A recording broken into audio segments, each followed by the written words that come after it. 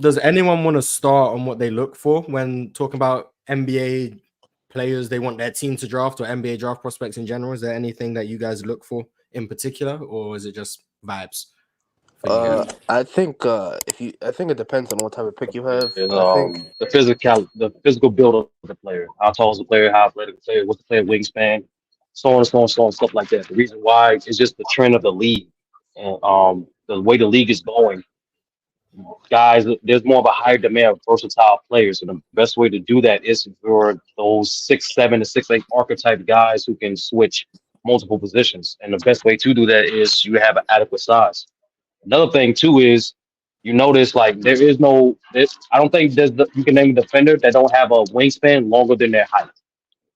And that's an important piece. Like most of the time they most great defenders have long wingspans.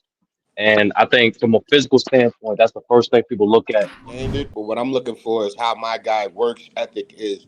For example, there are a lot of players who get overlooked because of their size and height, but then when you look at their work ethic, you look and say, "Wow, we overmissed this guy." Brunson, DiVincenzo, for example, a lot of people overlooked them because they were small, but they're right now both shooting over 40% from three, and they're also shooting above 45 from the field goal percentage. So for me, there's more than just the basic skill sets of defense and offense. I want to see if this guy's in the gym 3 o'clock in the morning when everybody else is out partying. I want to see if he's sitting down watching film and learning. That's what I want to see in my prospect. Yeah, but when it comes to just draft prospect, I mean, I think the intangibles are always a good thing to look at. Like, I think work ethic is cool, but at some point the skills matter. I think that's fair. Speaking So of when that, Either you're good or you're not. It's either you're good yeah, or like you're when we're talking about draft prospects, I think the most important thing to look for is feel for the game. Like I think that's a major thing to look for, feel for the of game, course, which yeah. is why I'm so high on Amen Thompson. I think if you don't know how to play 5-on-5 basketball, I don't think you're a very good basketball player. And that's why and that's why I think Amen Thompson is such a special prospect, is because even though he lacks in terms of shooting, like one of the worst shooting prospects I've ever seen, and he's not a great ball handler right now, his feel for the game is so high for a 21-year-old, someone who just turned 21, by the way. Happy birthday, Amen Thompson. That it's hard to deny when someone, not only with the athleticism he has, which is borderline transcendent, but his ability he's already understanding how to manipulate defenses as a passer. That's something that doesn't normally come along as a rookie anyway. So the most important thing you guys talked about is, of course, being able to play on 5, like the sets, understanding the sets. But for me, after that, of course, because that has to be the first thing. After that, the thing I always look for in a player is the highest floor possible. Because let's face it, whether you take a risk on your pick or not, the same chances of the player turning out to be a star are there. Like, to me, you need to pick a player who will always have something to fall on. He will never be out of the league. Like, for example, I know you can teach shooting, but if you draft an elite shooter, you know that you've got something at least. So even if he doesn't develop into anything else, you have something. If you draft an elite defender, you have something. If you draft an elite playmaker, you have something. This is something, and even that includes like rebounding. In general, I think drafting a player with a high enough floor to be a quality role player, that to me is the number one thing, because if you can play within a system, like I said, as a 5-on-5 player, I mean, and you have a skill that will always be there, it's a safe skill, that's an NBA player. That's an NBA player. Now, whether or not he becomes a star, it's always going to be a question. It's always whether you have the highest wingspan and the biggest like skill bag ever, or you're just a guy who has like a weird build and you turn out to be a great player anyway, like Draymond Green. Either way, I think it's always a risk. But the thing that you should probably look for is the lowest risk possible by picking a guy who has a safe bet. Like, he has something that you'll always fall back on.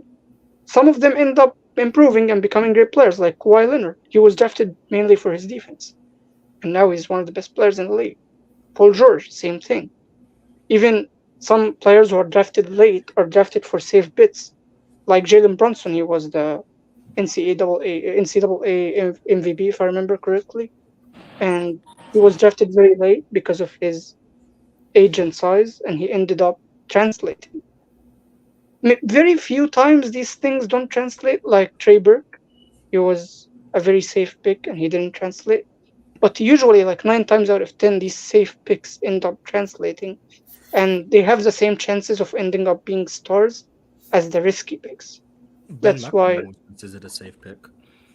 I mean, Ben McLemore, I didn't see how he was good in 5-on-5. He was not moving well without the ball at all. I don't know. Yeah, Hooper though. He was Nah, a very athletic. I do agree with like the floor like thing. Like I think if there's two prospects who have similar ceilings and one has a noticeably higher floor, I think you do go with that prospect. But I think especially because the way the NBA is catered today, I think the most important aspects I think of any prospect is probably going to be shooting ability, versatility, and then probably like passing and like playmaking, like connected passing. Like the most safe prospect would be Derek White. If there was a Derek White in the draft, that's the Yeah. most safe prospect. But I think sometimes there's a player with such, I don't want to say transcendent, but borderline transcendent upside who lacks in maybe one of those skills, whether that be shooting or whether that be playmaking or passing, or maybe it's versatility, who's so elite in one of those areas that I think you have to take the risk.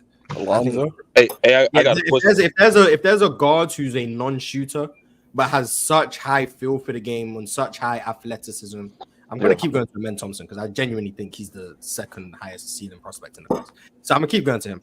If there's a player like that, and then there's a player who gets taken a few picks below, like Anthony Black, who I think probably has a higher floor than Amen Thompson did because he's closer to being a better shooter than Amen Thompson is, and he doesn't rely on his athleticism to be as effective as Amen Thompson does.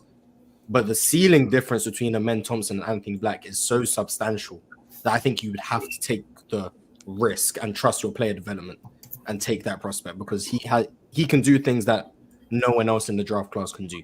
And if there's someone who exists who can do things that no one else can do, I think you have to take the risk. Like Wemby, I think has a high floor anyway because of defense. But just when there's a player who can do the things that Wemby can do, you have to take the risk. When there's a player who can do what Chet can do, you have to take the risk. When there's a player who can do what other, and when there's a player who can do what Luka can do, Yeah, you have but to take the risk. except Like for those type of players, except when there's a for player who has the ceiling as high as they have it, you have to take a risk no matter what the flaws may be. Where no matter if they never be a good defender. It's the player choice way. Yeah, them boys don't get it started. The player choice way. Yeah, the player choice way. Come and switch lanes into the player choice way.